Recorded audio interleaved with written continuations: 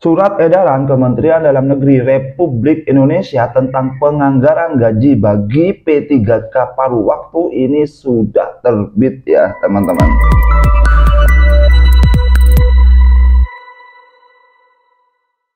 Halo, assalamualaikum, kembali lagi di channel saya Hidayat Viral. Nah, pada video kali ini ya teman-teman, saya akan membagikan tentang surat edaran Kementerian Dalam Negeri Republik Indonesia ya.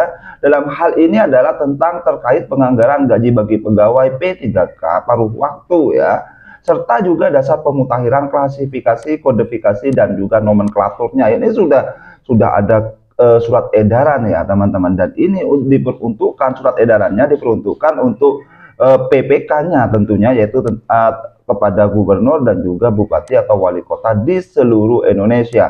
Dan surat edaran ini rilis atau terbit pada barusan ya, pada tanggal 16 Januari 2025. Nah, isinya apa ya teman-teman?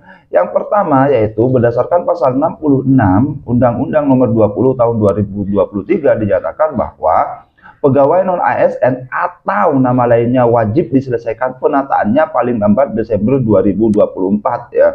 Dan sejak undang-undang tersebut mulai berlaku, instansi pemerintah atau pemerintah daerah dilarang mengangkat pegawai non-ASN atau nama lainnya selain pegawai ASN. Jadi nantinya ke depannya Pemda itu dilarang mengangkat pegawai non-ASN atau nama yang sejenis, itu tidak boleh ya teman-teman. Oleh karena itu, dalam rangka penataan pegawai non-ASN, pemerintah daerah harus menyelesaikan pengangkatan pegawai non-ASN yang terdaftar dalam pangkalan data atau database pegawai non-ASN Badan Kepegawaian Negara menjadi P3K dan atau P3K paruh waktu. Apabila masih mengangkat lagi pegawai non-ASN, maka akan diberikan sanksi sesuai dengan peraturan perundang-undangan. Selanjutnya, untuk batas waktu tidak boleh mengangkat lagi pegawai non-ASN adalah sejak berlakunya Undang-Undang Nomor 20 Tahun 2023. Jadi kedepannya di tahun 2025 itu tidak ada lagi pengangkatan non-ASN ya teman-teman. Nah, bagaimana terkait penganggaran gaji pegawai? Di sini ada pada poin nomor 2 ya teman-teman. Poin nomor 2 ya, pengaturan penganggaran gaji bagi pegawai P3K paruh waktu dilaksanakan berdasarkan diktum pertama, diktum ketiga, diktum ke-19, diktum ke-20, keputusan Menteri Pendayagunaan Aparatur Negara dan Reformasi Birokrasi nomor 16 tahun 2025 tentang P3 paruh waktu. Yuk kita simak keputusan Menpan RB nomor 16 tahun 2025 tentang diktum pertama, diktum ketiga, ke-19 dan ke-20. Nah, di sini saya sudah pergi ke keputusan Menteri Pendayagunaan Aparatur Negara nomor 16 tahun 2025. Kita lihat ya teman-teman diktum pertamanya. Nah, diktum pertamanya di sini ya.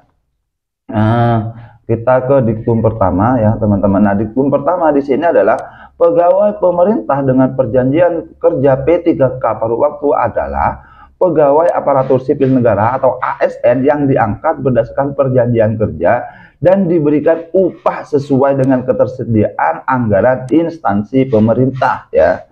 Kemudian ya teman-teman, diktum ketiga di sini, kita ke diktum ketiga. Pengadaan P3K paruh waktu dilaksanakan untuk mengisi kebutuhan pada jabatan berikut ya. Guru, kemudian tenaga kesehatan, tenaga teknis, pengelolaan umum operasional, operator layanan operasional, pengelolaan layanan operasional atau penata layanan operasional. Jadi ini ya terkait pengadaan P3K paruh waktu ya teman-teman. Kemudian diktum ke-19, setelah diktum ketiga, diktum ke-19. Yuk kita lihat apa isi dari diktum ke-19 ini ya teman-teman. Ke-19 ya. Ke-19. Nah, di sini ya terkait penganggaran di sini ya sesuai dengan Kemendagri nomor 900 ini ya. Kemendagri ini nomor 900.1.1223/SJ ya, pada diktum ke-19 di sini ya teman-teman. Ke-19 berisi tentang P3K paruh waktu diberikan upah paling sedikit sesuai dengan besaran yang diterima saat menjadi pegawai non-ASN atau sesuai dengan upah minimum yang berlaku di suatu wilayah. Jadi ini intinya nanti pada diktum ke-19 P3K paruh waktu ini ya teman-teman diberikan upah paling sedikit sesuai dengan besaran yang diterima saat menjadi pegawai non ASN ya, atau sesuai dengan upah minimum yang berlaku di suatu wilayah. Ini dasarnya pada diktum ke-19 terkait surat edaran Kemendagri nomor 900.1.1/STJ ini ya teman-teman. Kemudian ke-20 di sini ya tentang penganggaran gaji ya, ke-20.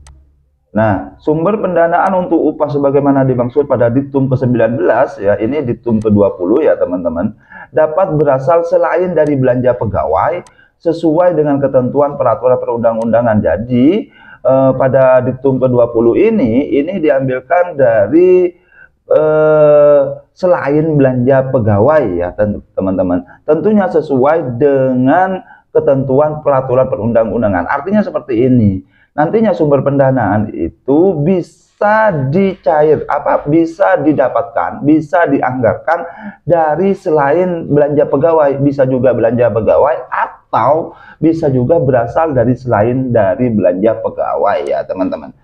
Kemudian di sini yang nomor 3 tentang klasifikasi, kodifikasi dan nomenklatur ini sudah ada untuk P3K ya, belanja jasa pegawai atau penganggaran lah ya, penganggaran P3K paruh waktu ini sudah ada klasifikasinya, ada kodifikasinya, dan ada juga nomenklaturnya. Di sini kita lihat ya teman-teman, untuk belanja jasa pegawai pemerintah dengan perjanjian kerja paruh waktu pada jabatan buruh ini sudah ada nomornya. Ini ya, kalau 5.1 itu biasanya belanja pegawai, belanja jasa pegawai ya teman-teman, ini sudah ada ya. Kemudian ini ya, ini untuk jabatan tenaga kesehatan, ini sudah ada nomornya. Kemudian jabatan tenaga teknis ya, ini sudah ada nomenklaturnya. Kemudian untuk operator layanan ini juga ya.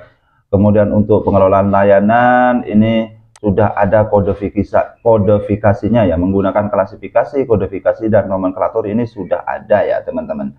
Kemudian nomor 4 ya teman-teman, ini juga menarik untuk nomor 4. Apabila anggaran belanja jasa pegawai P3K paruh waktu belum tersedia atau belum cukup tersedia dalam APBD tahun anggaran 2025, pemerintah daerah dapat menggunakan belanja tidak terduga. Jadi nanti anggarannya itu kalau misalnya belanja jasa pegawai P3K paruh waktu itu tidak ada, maka bisa diambilkan dalam belanja tidak terduga dengan cara melakukan perubahan peraturan kepala daerah tentang penjabaran APBD tahun anggaran 2025 mendahului peraturan daerah tentang perubahan APBD tahun anggaran 2025 dan diberitahukan kepada pimpinan DPRD ya, sesuai dengan ketentuan peraturan perundang-undangan.